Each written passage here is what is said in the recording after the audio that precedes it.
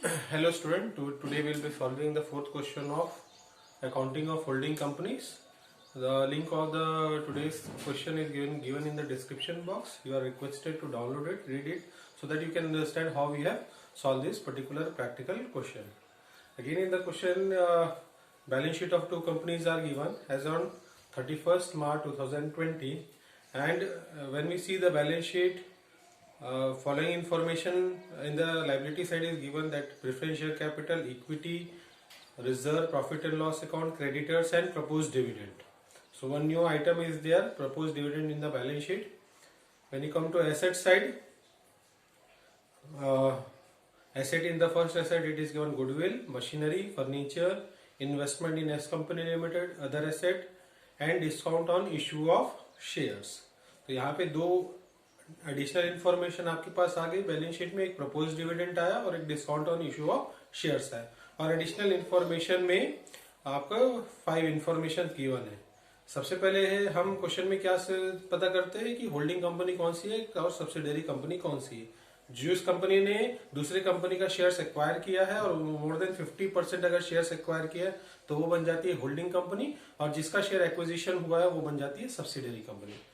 तो point number first में अगर हम देखेंगे तो गिवन है on the date of acquisition of shares by H company limited, reserve and profit and loss account of H company limited stood at ₹50,000 and 30,000 respectively.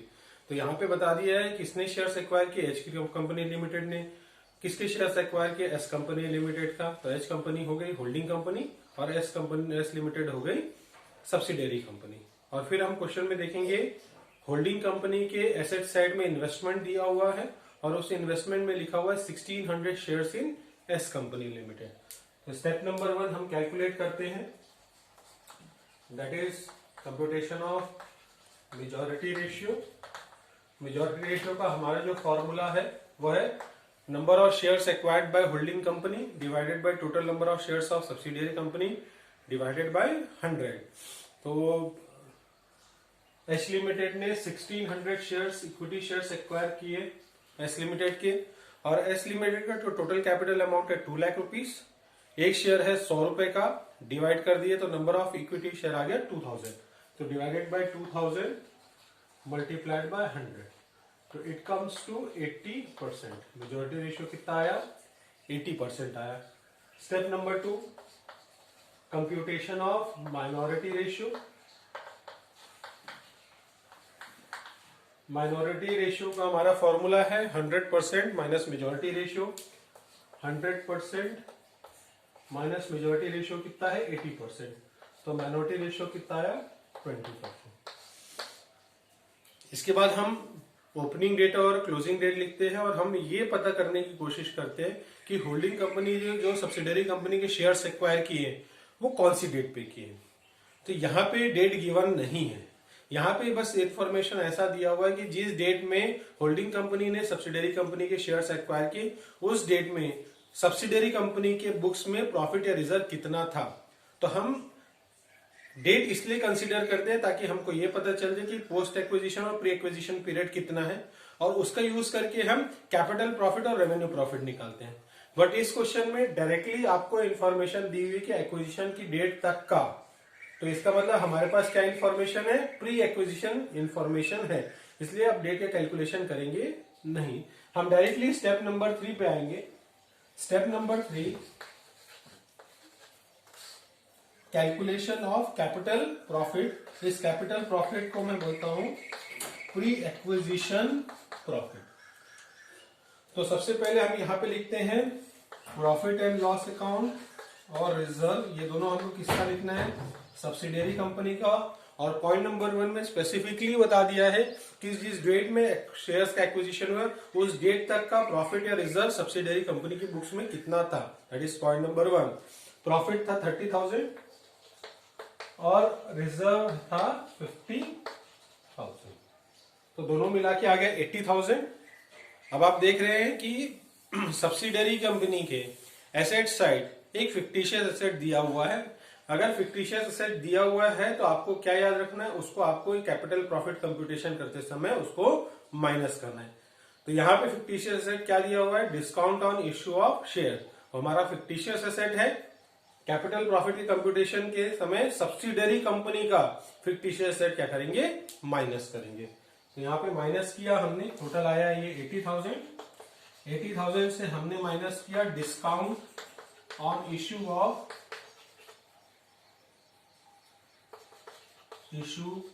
Of shares, और वो discount है, fictitious asset है subsidiary company का। That amount it is how much, 10,000।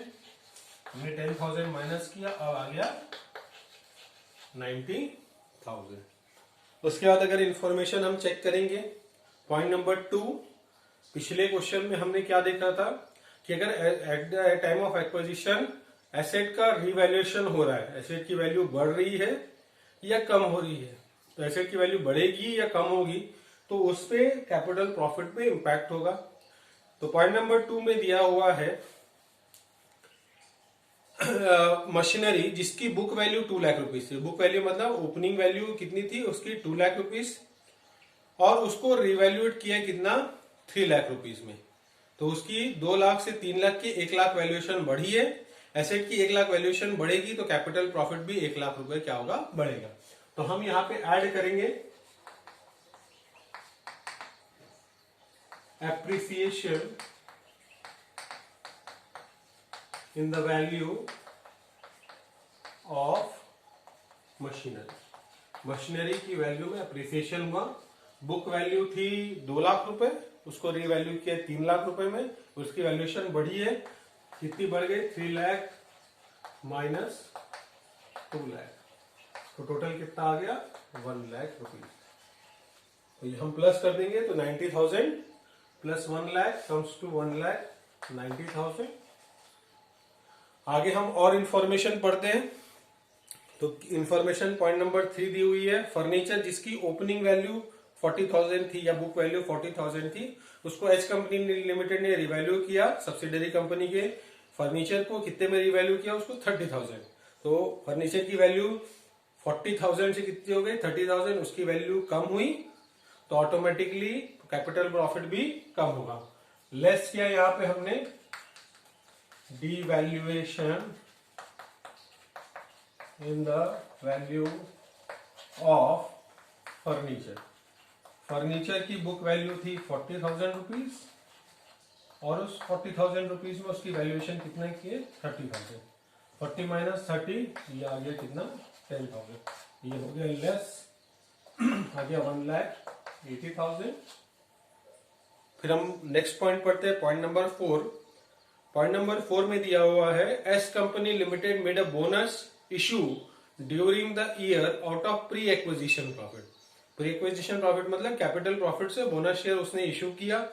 कितना issue किया, 40,000 का, जिसको record नहीं किया गया है। तो अगर बोनस शेयर इशू हो रहा है, आउट ऑफ प्रॉफिट इशू होता है, तो आउट ऑफ प्रॉफिट इशू होने के बाद हम उसको क्या करेंगे, प्रॉफिट से डिडक्ट कर देंगे। तो माइनस करेंगे यहाँ पे इशू ऑफ बोनस शेयर, और डायरेक्टली उसकी वैल्यू गिवन है ₹40,000। तो हमने यहां लिखा 40,000 माइनस किया तो ये आ गया 1,40,000। पॉइंट नंबर 5 अनरियलाइज प्रॉफिट से है। अनरियलाइज प्रॉफिट का ट्रीटमेंट हम कंसोलिडेटेड P&L बनाते समय करेंगे। तो हम यहाँ पे देख रहे हैं कि भाई टोटल, सॉरी ये कैलकुलेशन यहाँ पे मिस्टेक हो गया, 80 माइनस 10 था, ये आएगा 70,000। 70 प्लस 1 लाख, 1,70,000।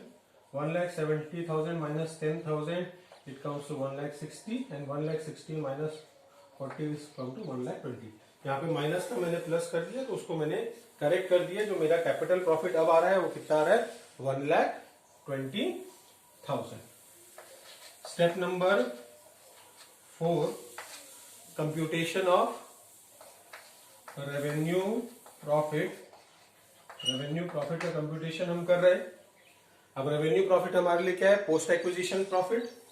तो यहां पे हम पोस्ट एक्विजिशन प्रॉफिट निकालने के लिए हम करेंगे टोटल माइनस कैपिटल प्रॉफिट या प्री एक्विजिशन प्रॉफिट। तो यहां पे हमने देखा सब्सिडरी कंपनी के प्रॉफिट एंड लॉस अकाउंट में टोटल अमाउंट दी हुई है 50,000। सब्सिडरी कंपनी का प्रॉफिट कितना है, टोटल प्रॉफिट है 50,000, जिसमें से 30,000 प्री हो गया।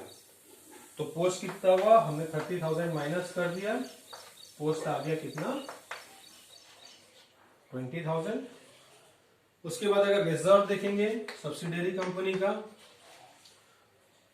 रिजर्व सब्सिडियरी कंपनी का गिवन है 1,50,000। Out of 1,50,000 reserve, 50,000 reserve is pre acquisition, तो हमने यहाँ माइनस किया 50,000, तो टोटल आ गया कितना 1 लाख रुपीज। और हमने दोनों को टोटल किया, टोटल करने के बाद हमारा जो रेवेन्यू प्रॉफिट या पोस्ट एक्विजिशन प्रॉफिट है वो भी कितना आ गया 1,20,000। तो हमने टोटल यहाँ पे 4 स्टेप कैलकुलेट कर लिए, majority ratio, minority ratio, capital profit और रेवेन्यू प्रॉफिट। अब हमने रेवेन्यू प्रॉफिट कैलकुलेट कर लिया, लेकिन रेवेन्यू प्रॉफिट कैलकुलेट करते समय पहले के क्वेश्चन और अभी के क्वेश्चन में एक डिफरेंस है। पहले के क्वेश्चन में ओपनिंग वैल्यू गिवन नहीं थी, इस क्वेश्चन में ओपनिंग वैल्यू गिवन है, क्योंकि आपकी बुक वैल्यू दी हुई है। बुक वैल्यू ओपनिंग वैल्यू और बैलेंस शीट में जो दी हुई है वो क्लोजिंग वैल्यू, दोनों के बीच जो डिफरेंस आ रहा है वो क्या बनेगा, अमाउंट ऑफ डेप्रिसिएशन। तो यहाँ पे जो डेप्रिसिएशन है उसका जो इम्पैक्ट होगा वो कहां पे होगा, रेवेन्यू प्रॉफिट में। उसका अभी हमने कैलकुलेशन किया नहीं है, क्योंकि पिछले क्वेश्चन और इस क्वेश्चन में यही डिफरेंस है कि आपको एसेट की वैल्यूएशन के साथ साथ उससे रिलेटेड डेप्रिसिएशन का भी कैलकुलेशन करना है। तो हम सबसे पहले करेंगे, यहाँ पे क्या निकालेंगे, हम यहाँ पे कैलकुलेट करेंगे कि रेट ऑफ डेप्रिसिएशन कितना है, क्योंकि जब तक कि रेट ऑफ डेप्रिसिएशन नहीं निकलेगा हम अमाउंट ऑफ डेप्रिसिएशन नहीं निकाल पाएंगे। तो अब हम चेक करते हैं, मशीनरी उसका बुक वैल्यू गिवन है 2 लाख रुपीज और उसका क्लोजिंग वैल्यू गिवन है एसेट साइड। अगर हम चेक करेंगे तो मशीनरी की वैल्यू गिवन है 1,80,000 रुपीज। तो the difference is 20,000। This 20,000 difference is called as the depreciation charge during the year. और अब हम रेट ऑफ डेप्रिसिएशन निकालते हैं। रेट ऑफ डेप्रिसिएशन का जो हमारा कैलकुलेशन है, it is equal to depreciation divided by book value multiplied by 100। Depreciation का अमाउंट कितना आया, 20,000 डेप्रिसिएशन आया, बुक वैल्यू आया ₹2 लाख मल्टीप्लाइड बाय 100, तो it comes to how much, 10%। तो डेप्रिसिएशन मशीनरी पे कितना आ रहा है, at the rate of 10%। Machinery की वैल्यू बढ़ी है, डेप्रिसिएशन भी बढ़ेगा, और डेप्रिसिएशन बढ़ेगा तो उससे प्रॉफिट क्या होगा, कम होगा। तो यहां पे हमने माइनस किए depreciation under charge on machinery. Machinery की वैल्यू कितनी बढ़ी हुई है, 1 लाख रुपए बढ़ गई, और 1 लाख बढ़ने के कारण उसके 10% डेप्रिसिएशन भी बढ़ेगा। तो 10% मल्टीप्लाई किए तो ये आ गया कितना, 10,000। तो 10,000 से प्रॉफिट क्या होगा, प्रॉफिट कम हो जाएगा 1,10,000। सिमिलर जैसे हमने मशीनरी का रेट ऑफ डेप्रिसिएशन निकाला है, उसी तरीके से फर्नीचर का डेप्रिसिएशन निकालेंगे।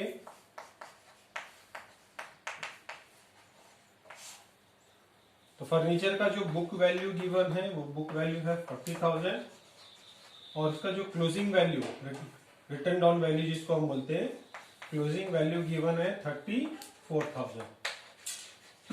दोनों को माइनस किए तो आया 6,000। तो 6,000 ये क्या हो गया, depreciation charge during the year on furniture, it is amount is rupees how much, 6,000। फिर हम निकालेंगे rate of depreciation. Rate of depreciation का जो फॉर्मूला है वो depreciation divided by book value multiplied by 100। Depreciation amount is how much, 6,000। Book value is how much, 40,000 multiplied by 100, it comes to how much, 15%। तो depreciation furniture भी कितना आया, 15%। अब देखोगे कि मशीनरी की वैल्यू बढ़ी, डेप्रिसिएशन बढ़ा, तो प्रॉफिट कम हो गया। फर्नीचर की वैल्यू कम हुई, डेप्रिसिएशन का अमाउंट कम होगा, प्रॉफिट बढ़ेगा। तो हम यहाँ पे प्लस करेंगे डेप्रिसिएशन एक्सेस चार्ज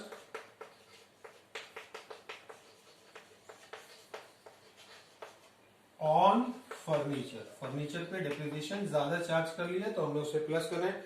डेप्रिसिएशन की वैल्यू कम हुई 10,000, उसका 15% हमने कैलकुलेट किया तो ये आ गया 1500, और 1500 को हमने प्लस किया तो टोटल आया 1,11,500। तो this is the amount of revenue profit. तो यहाँ पे क्या याद रखना है कि भाई एसेट की वैल्यू बढ़ रही है, कम हो रही है, तो उसका इम्पैक्ट चलेगा कैपिटल प्रॉफिट में। और उससे रिलेटेड अगर डेप्रिसिएशन की कोई भी इंफॉर्मेशन है, रेट ऑफ डेप्रिसिएशन गिवन है या बुक वैल्यू गिवन है, तो उससे हम डेप्रिसिएशन कैलकुलेट कर सकते हैं। और डेप्रिसिएशन कैलकुलेट कर सकते हैं तो उसका इम्पैक्ट कहाँ पे हमने दिखाया, उसका इम्पैक्ट हमने कहाँ पे दिखाया, रेवेन्यू प्रॉफिट पे दिखाया। तो अब हमने टोटल 4 स्टेप सॉल्व कर लिए। अब आगे चलते हैं 5th स्टेप के ऊपर। Step number 5, calculation of cost of control या गुडविल कैपिटल रिजर्व।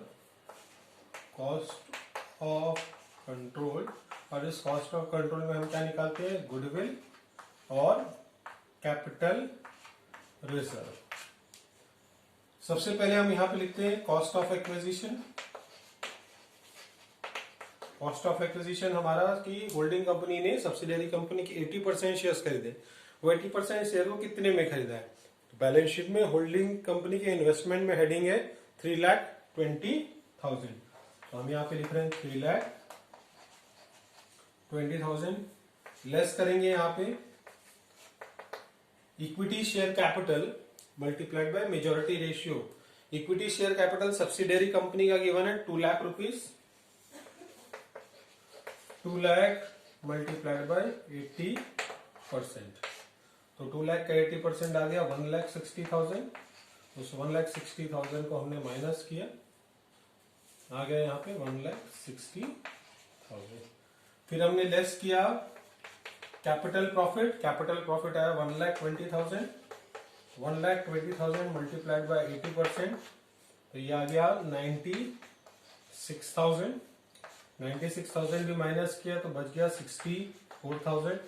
एक बार हम एडिशनल इंफॉर्मेशन चेक करते हैं, क्या कोई ऐसी इंफॉर्मेशन है जो हमने एडजस्टमेंट से उठाई है, तो उसका भी यहाँ पे ट्रीटमेंट करना पड़ेगा। Point number 4, even S company limited made a bonus issue, और बोनस इशू का ट्रीटमेंट वैसे ही करना है जैसे हम कैपिटल प्रॉफिट का ट्रीटमेंट कर रहे हैं। तो हम यहाँ पे करेंगे लेस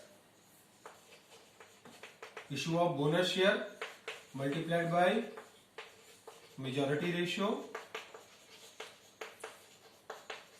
बोनस शेयर कितने का इशू हुआ है, 40,000 का, multiplied by majority ratio it is how much, 80%। तो 40,000 का 80% आ गया आपका 32,000।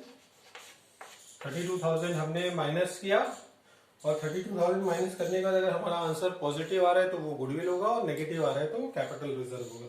तो पॉजिटिव आ रहा है तो हमने यहाँ लिख दिया क्या,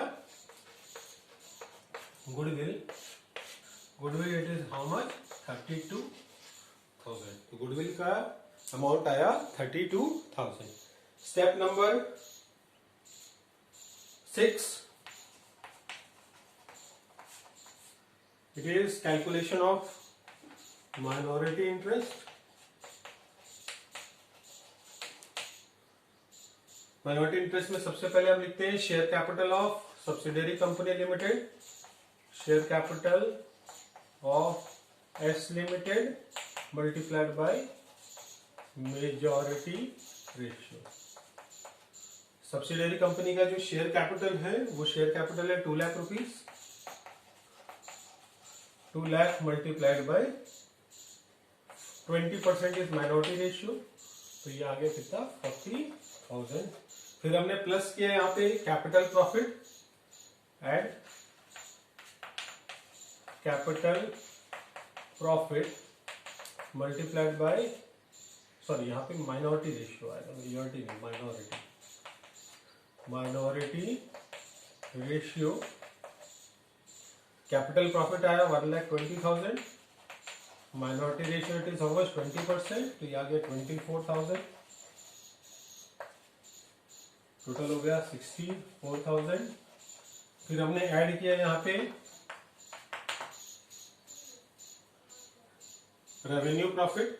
रेवेन्यू प्रॉफिट है 1,11,500 मल्टीप्लाइड बाय 20%, तो ये आ रहा है आपका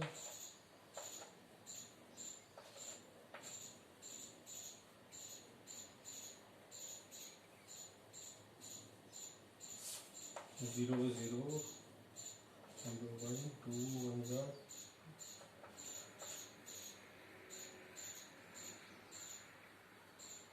वन मिनट कैलकुलेटर यूज करते हैं। 1,11,500 multiplied by 20%, it is 22,300।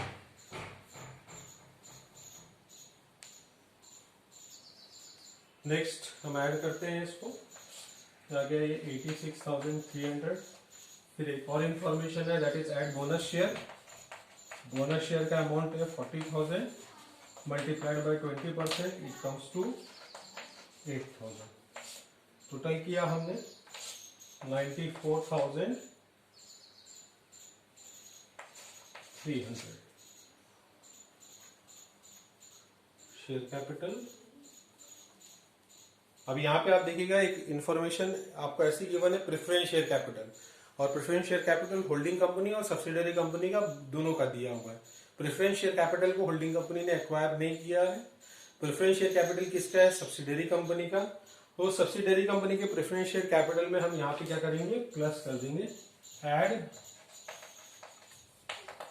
Preference capital of S limited. S limited का जो प्रेफरेंस कैपिटल है उसकी अमाउंट कितनी दी हुई है? 40,000। तो हमने यहाँ पे 40,000 ऐड किया, टोटल आ गया यहाँ पे 1,34,300। तो आपको क्या याद रखना है? Preference share capital subsidiary company का गिवन है और होल्डिंग कंपनी ने अगर उसका जितना भी पोर्शन एक्वायर किया उसको कॉस्ट ऑफ कंट्रोल में हम माइनस कर देंगे, रिमेनिंग हम क्या कर देते हैं? उसको माइनॉरिटी इंटरेस्ट से प्लस कर देते हैं। तो माइनॉरिटी सब्सिडरी कंपनी का जो प्रेफरेंस कैपिटल है वो बैलेंस शीट में अपीयर, कंसोलिडेटेड बैलेंस शीट में अपीयर नहीं होता है। तो यहाँ पे आप देख रहे हैं जो हमारा माइनॉरिटी इंटरेस्ट आया वो कितना है? 1,34,300। स्टेप नंबर 7,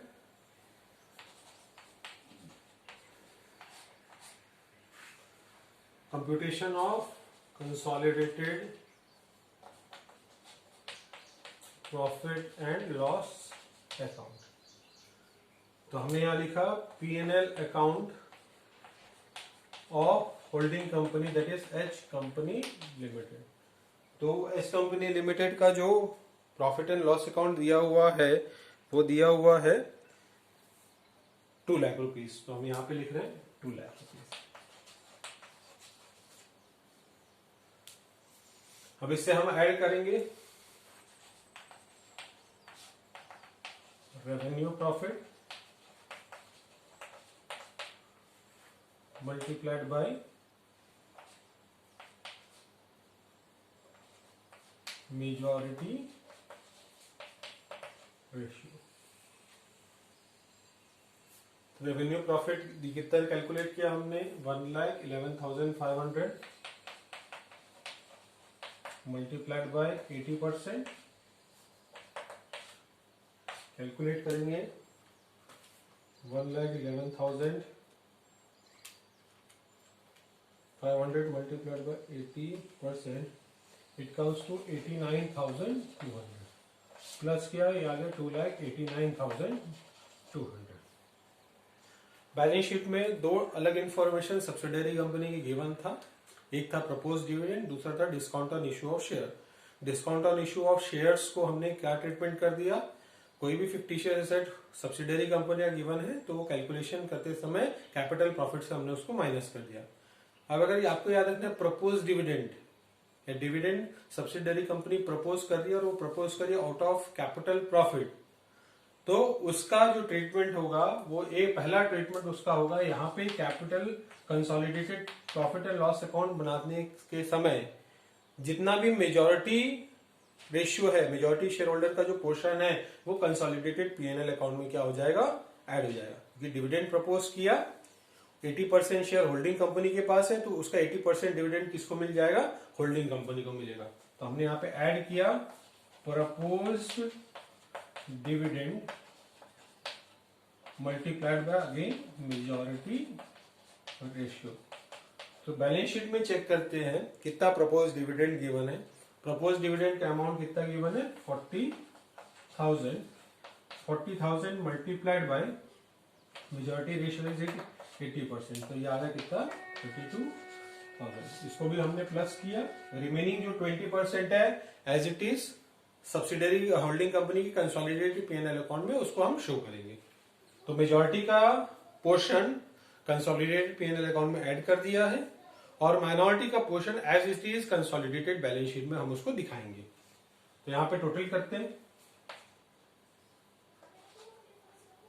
3,21,200, 2,89,200 प्लस 32,000, ये आ गया 3,21,200। और चेक करते हैं क्या कोई एक एडिशनल इंफॉर्मेशन है। तो हम ये देखेंगे लास्ट पॉइंट नंबर 5 में बोला है कि included in the creditors of S limited company limited is ₹20,000 for goods supplied by H company limited. तो अगर एस कंपनी लिमिटेड का क्रेडिटर है तो ऑटोमेटिकली एच लिमिटेड का वो क्या बन जाएगा, डेटर्स बन जाएगा। इसका मतलब एच कंपनी लिमिटेड ने 20,000 का गुड्स एस लिमिटेड को बेच दिया है। अब बेच दिया है उससे हमको फर्क नहीं पड़ता, हमको ये देखना है कि out of the total sale कितने वैल्यू का गुड्स क्लोजिंग स्टॉक में इंक्लूडेड है। तो आगे बढ़ते हैं। Also included in the stock of S company limited are the goods to the value of ₹8,000 supplied by H company limited at a profit of 25% on sale. मतलब total 20,000 का cell हुआ, उसमें से ड्यूरिंग द ईयर 12,000 के goods को subsidiary company ने बेच दिया।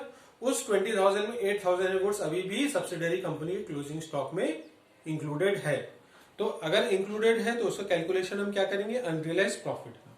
तो हमारा अनरियलाइज प्रॉफिट का जो कैलकुलेशन होता है उसका हमारा जो फॉर्मूला है अनरियलाइज प्रॉफिट का, हमारा जो formula it is equal to profit on unsold stock multiplied by majority ratio. तो प्रॉफिट कितना है, प्रॉफिट ऑफ 25% ऑन सेल्स बोला है। सेल्स की अमाउंट हम यहां पे लेंगे 8,000। 20,000 नहीं लेंगे, आपको याद रखना है 8,000 इसलिए लेंगे क्योंकि 8,000 का ही गुड्स बचा हुआ है। Multiplied by majority ratio, majority ratio कितना है 80%। तो ये आ गया 2,000 multiplied by 80%, it comes to how much, ₹1,600। ये जो 1,600 रुपए आया वो हमारा क्या बना, unrealise profit.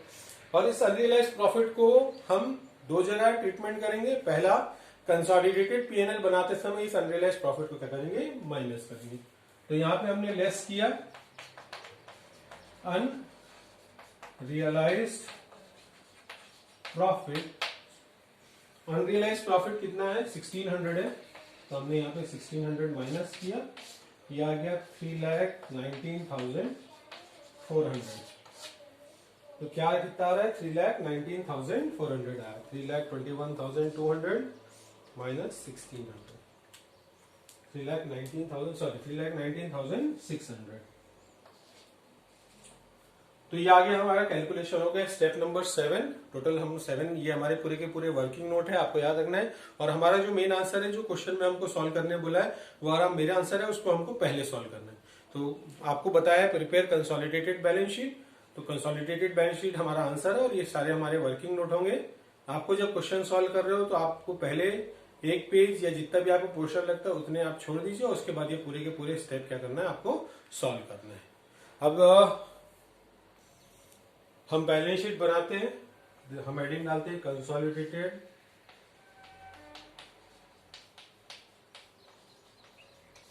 Balance sheet. Format balance sheet का liabilities amount, assets amount.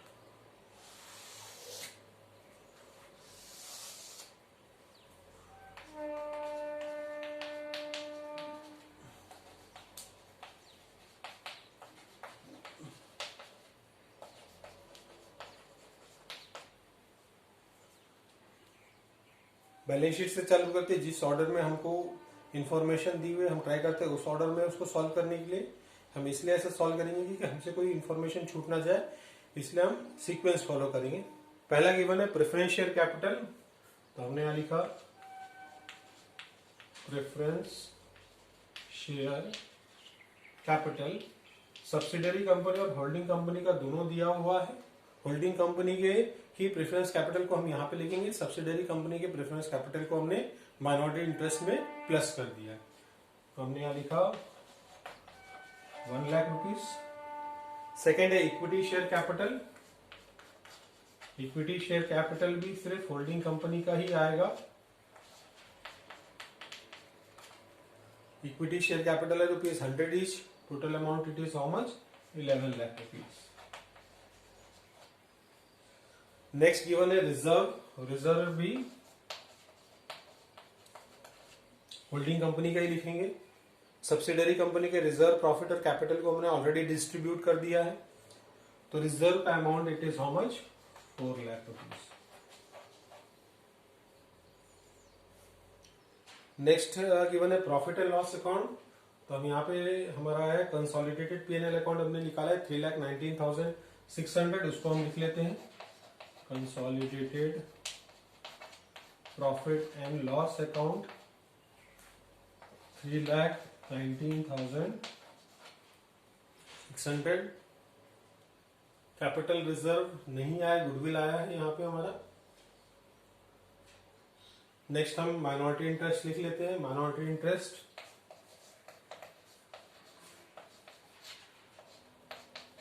It is a liability, because यहाँ पे हम सब्सिडरी कंपनी के पूरे एसेट को होल्डिंग कंपनी के दिखा रहे हैं, लेकिन उसके 80% एसेट ही होल्डिंग कंपनी के, 20% एसेट किसके? माइनॉरिटी शेयर होल्डर के। Minority interest it is how much? 1,34,300। फिर आते हैं क्रेडिटर्स।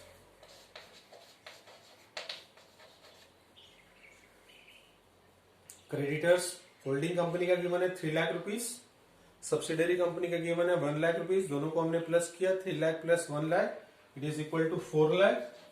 और फिर अगर आएंगे इंफॉर्मेशन में, दैट इज पॉइंट नंबर 5, तो उसमें इंफॉर्मेशन दिया हुआ है कि इंटर कंपनी ओइंग है। एस कंपनी लिमिटेड के 20,000 क्रेडिटर्स है और एच कंपनी लिमिटेड के वही क्या बनेंगे? 20,000 डेटर्स बनेंगे। इंटर कंपनी है तो उसको हम माइनस कर देंगे, minus inter company owing, that amount it is how much? 20,000। It comes to how much? 3,80,000। Next given it is proposed dividend. S limited का है proposed dividend it is how much? 40,000। और इसमें से 32,000 का डिविडेंड हमने किसको दे दिया? होल्डिंग कंपनी को दे दिया। होल्डिंग कंपनी के कंसोलिडेटेड P&L में ऐड कर दिया है। यहां पर से वो 32,000 क्या कर देंगे? माइनस कर देंगे to H company limited, that is 32,000 हमने यहाँ पे माइनस कर दिया, बचा कितना? 8,000। लायबिलिटी साइड पूरी इंफॉर्मेशन हमने पुट कर ली। सबसे पहले हम यहाँ पे गुडविल लिख लेते हैं। गुडविल यहाँ पे है, कैलकुलेट किया हमने 32,000।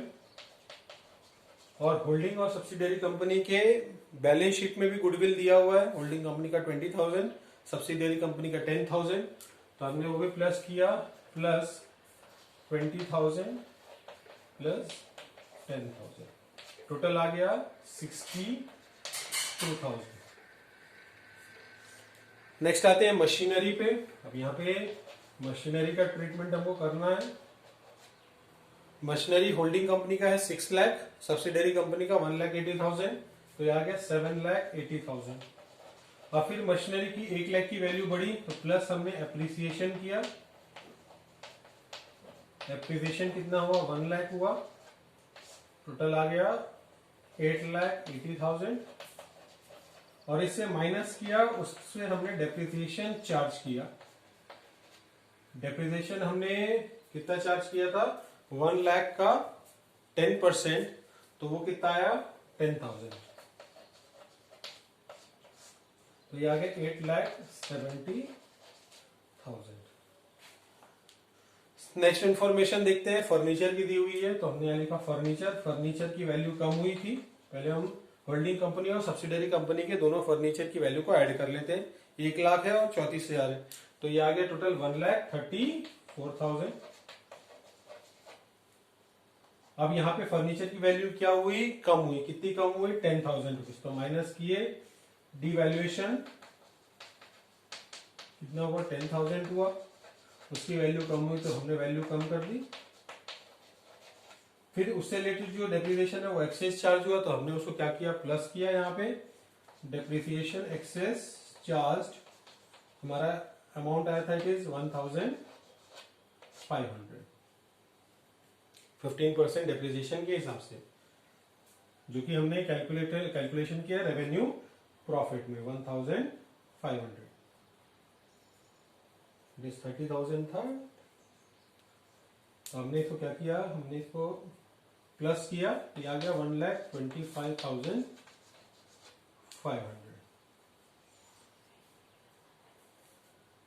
आते हैं फिर से अदर इन्वेस्टमेंट है इंफॉर्मेशन। इन्वेस्टमेंट का हमने यूज किया कैपिटल कॉस्ट ऑफ कंट्रोल निकालने में। गुडविल आ गया, अब इन्वेस्टमेंट को लेना नहीं है होल्डिंग कंपनी का, and only the amount of cost of acquisition. फिर उसके बाद बचा है अदर एसेट, लिखते हैं अदर एसेट। होल्डिंग कंपनी का 10,60,000 एंड सब्सिडरी कंपनी का 3,46,000। तो टोटल किए तो ये आ गया 14,06,000। अब अगेन हमको क्या याद रखना है भाई, एडिशनल इंफॉर्मेशन। पहला है अनरियलाइज्ड प्रॉफिट, तो हम यहां पे माइनस करेंगे अनरियलाइज्ड प्रॉफिट। अनरियलाइज्ड प्रॉफिट हमारा आया था 1,600 रुपए, तो हमने 1,600 रुपए माइनस कर दिए, क्योंकि अब यहाँ पे आपका नहीं स्टॉक दिया हुआ है, नहीं डेटर्स दिया हुआ है। यहाँ पे आपको इन्फॉर्मेशन क्या दी हुई है, अदर एसेट। तो ये अदर एसेट में सारे एसेट इंक्लूडेड है। तो यहाँ पे हम मान के चलेंगे स्टॉक भी इसी में इंक्लूडेड है, डेटर्स भी इंक्लूडेड है, और जो स्टॉक और डेटर्स का ट्रीटमेंट करना है वो इसी में करना है। तो यहीं पे हम क्या कर देंगे, उसको माइनस कर देंगे। तो हमने सबसे पहले अनरियलाइज्ड प्रॉफिट माइनस किया, और माइनस किया डेटर्स इंटर कंपनी ओइंग है, that is how much, intercompany owing है 20,000। दोनों को माइनस किए, दैट इज 14,06,000 माइनस 1,600 माइनस 20,000, तो it comes to around 13,84,400। Next it is given discount on issue of share, उसको राइट ऑफ कर दिया है, उसको लिखना नहीं। अब हम एक काम करते हैं, टोटल कर लेते हैं। It is 1 lakh plus 11 lakh plus 4 lakh plus 3,19,600 plus 1,34,300 plus 3,80,000 plus 8,000, तो इट्स कम टू 4,41,900।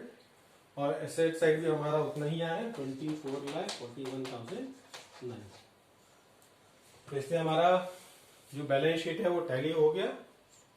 यहाँ तक की इंफॉर्मेशन है। आप देख रहे हैं हर जो हम क्वेश्चन कर रहे हैं वो थोड़ा सा एडवांस लेवल का है, क्योंकि आप एमकॉम में हो, और ऐसे हम जितने भी क्वेश्चन करते आएंगे और सभी क्वेश्चन में कोई ना कोई आपको डिफरेंस मिलेगा।